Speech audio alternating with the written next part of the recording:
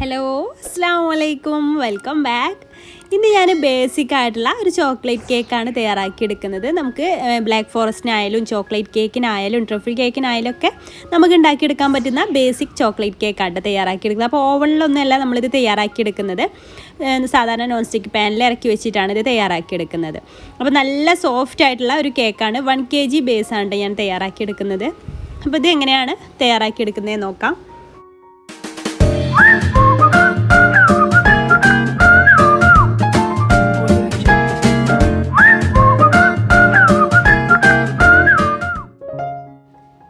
ഇതിന് വേണ്ടിയിട്ട് ആദ്യം നമ്മൾ റെഡിയാക്കി എടുക്കേണ്ടത് ബേക്കിംഗ് ട്രേ ആണ്. ബേക്കിംഗ് ട്രേ ഓയിലോ അല്ലെങ്കിൽ ബട്ടറോ ഗ്രീസ് ചെയ്തിട്ട് ബട്ടർ പേപ്പറൊക്കെ വെച്ചിട്ട് അത് ആദ്യം തന്നെ സെറ്റ് ചെയ്തിട്ട് അവിടെ മാറ്റി വെക്കണം.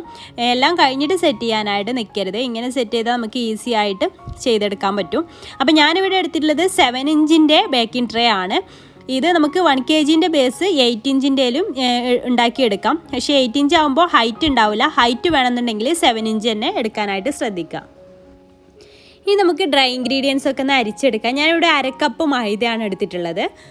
പിന്നീട് ഒരു 1/4 കപ്പ് കൊക്കോ പൗഡർ എടുക്കുക. 1/2 കപ്പ് മൈദയും 1/4 കപ്പ് കൊക്കോ പൗഡറും പിന്നെ ഒരു 3 ടേബിൾ സ്പൂണ് കോൺഫ്ലോറുമാണ് ചേർക്കുന്നത്. കോൺഫ്ലോർ ചേർത്താൽ നമ്മുടെ കേക്ക് നല്ല എക്സ്ട്രാ സോഫ്റ്റ്നെസ് കിട്ടും കേട്ടോ. കടയിൽ നിന്നൊക്കെ വാങ്ങുന്ന ആ ഒരു സ്ട്രക്ചറിൽ തന്നെ നമ്മുടെ കേക്ക് കിട്ടുകയും ചെയ്യും. അപ്പോൾ അതിന് വേണ്ടിയിട്ടാണ് കോൺഫ്ലോർ ചേർക്കുന്നത്.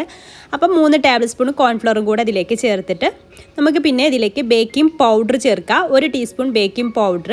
ബേക്കിംഗ് സോഡയുടെ ആവശ്യമില്ല, വേണമെന്നുണ്ടെങ്കിൽ ഒരു 1/4 ടീസ്പൂൺ ബേക്കിംഗ് സോഡ കൂടെ ചേർത്ത് കൊടുക്കാം കേട്ടോ. എന്നിട്ട് അത് നന്നായിട്ട് അങ്ങ് അരിച്ചെടുക്കാം.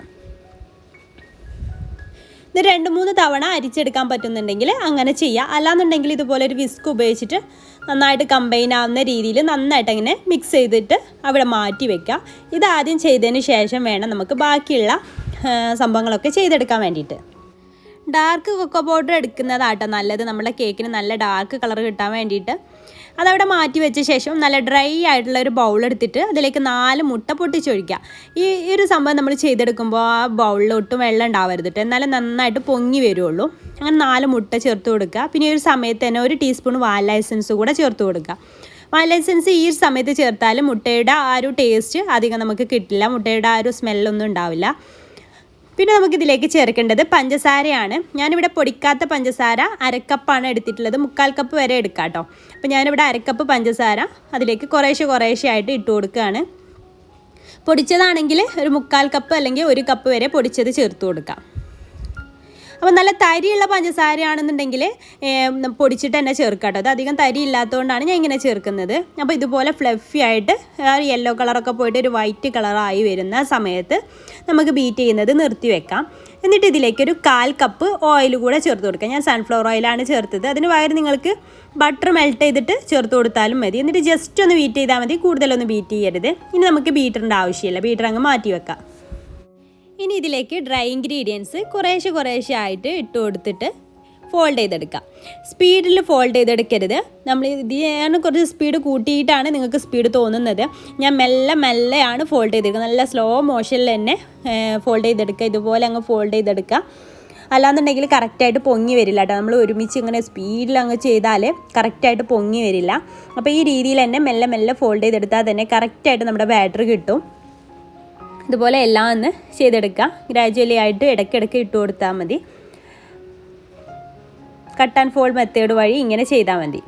ഓക്കെ, എന്നിട്ട് ഇപ്പോൾ നമ്മുടെ ബാറ്റർ റെഡി ആയിട്ടുണ്ട്. നമ്മൾ നേരത്തെ ഗ്രീസ് ചെയ്ത് വെച്ചിട്ടുള്ള 7 ഇഞ്ചിൻ്റെ പാനിലേക്ക് ഇത് ഒഴിച്ചു കൊടുക്കുകയാണ്. അപ്പോൾ ഈ ഒരു സമയത്ത് തന്നെ ഞാൻ ഒരു നോൺ സ്റ്റിക്കിൻ്റെ പാന് പ്രീ ഹീറ്റ് ചെയ്യാൻ വേണ്ടി വെച്ചിട്ടുണ്ടായിരുന്നു കേട്ടോ. ഒരു സ്ക്യൂർ ഉപയോഗിച്ചിട്ട് ആദ്യം ഒന്ന് ചുറ്റിച്ച് കൊടുക്കുന്നുണ്ട്, എയർ ബബിൾസ് പോകാൻ വേണ്ടിയിട്ട്. നിർബന്ധമൊന്നുമില്ല. എന്നിട്ട് ഇതുപോലെ ഒന്ന് 3-4 പ്രാവശ്യം ടാപ്പ് ചെയ്ത് കൊടുക്കുക, എയർ ബബിൾസ് പോകാൻ വേണ്ടിയിട്ട്. അപ്പോൾ ഞാൻ ഒരുവിധം വീഡിയോസിലൊക്കെ ഇങ്ങനെ കേക്ക് ഉണ്ടാക്കിയിട്ട് കാണിച്ചിട്ടുണ്ട്. ഒരു നോൺ സ്റ്റിക്കിൻ്റെ പാന് 10 മിനിറ്റ് മീഡിയം ഫ്ലെയിമിലിട്ടിട്ട് പ്രീ ഹീറ്റ് ചെയ്തെടുത്തതാണ്. അതിൽ ഹോൾസ് ആ ഒരു ലിഡ്മേൽ മൂടിമേൽ ഹോൾസ് ഉണ്ടെങ്കിൽ അതൊന്ന് കവർ ചെയ്യണം കേട്ടോ.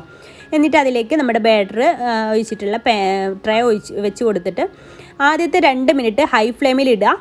പിന്നീട് ഇത് ലോ ഫ്ലെയിമിലിട്ടിട്ട് ഏകദേശം 35 മിനിറ്റ് ആകുമ്പോഴേക്കും നന്നായിട്ട് പൊങ്ങി വന്ന് ബേക്കായി വന്നിട്ടുണ്ട്. ഇപ്പോൾ നമ്മുടെ 35 മിനിറ്റിന് ശേഷം നന്നായിട്ട് ബേക്കായി വന്നിട്ടുള്ള കേക്കാണിത്.